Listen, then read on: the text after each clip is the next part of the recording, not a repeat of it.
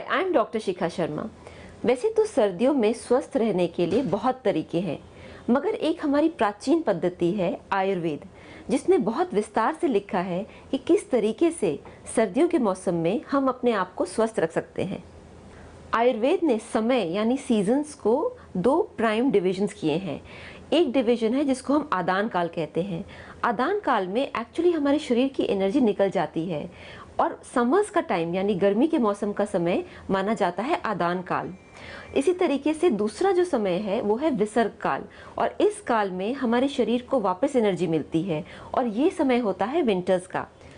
Ayurveda advice करता है कि विसर्ग काल यानी विंटर्स के मौसम में हमें ऐसी एक्टिविटीज़ या टास्क करने चाहिए जिससे कि हमारी शरीर की एनर्जी वापस मिले, हमारी इम्यूनिटी बढ़े, हमारी मसल की स्ट्रेंथ बढ़े, हमारा डाइजेस्टिव सिस्टम इम्प्रूव हो और साथ ही साथ हमारी मेमोरी, हमारा नर्वस सिस्टम वगैरह सब में एनर्जी आए।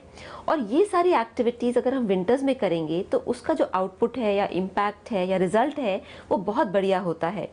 तो इन एक्टिविटीज़ में सबसे पहले जो एक्टिविटी मानी जाती है वो है रसायन लेने की। जैसे कि विंटर्स के मौसम में जो भी टॉनिक्स हैं या रसायन हैं, मल्टीविटामिन्स हैं, इस मौसम में ज़्यादा अच्छा असर करते हैं।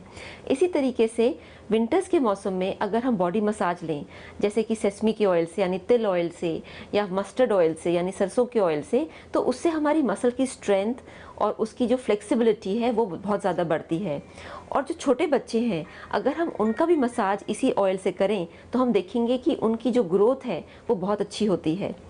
इसी समय ये भी माना जाता है कि अगर हम गर्म पानी का कंजम्पशन बढ़ा लें, यानी कि सुबह उठ के अगर हम गर्म पानी पिएं और रात के समय यानी कि जैसे 7 या 8 बजे अगर हम गर्म पानी पिएं तो उससे हमारा जो डाइजेस्टिव सिस्टम है वो बहुत एक्टिवेटेड हो जाता है और हमारी जो डाइजेशन है वो इम्प्रूव होती है।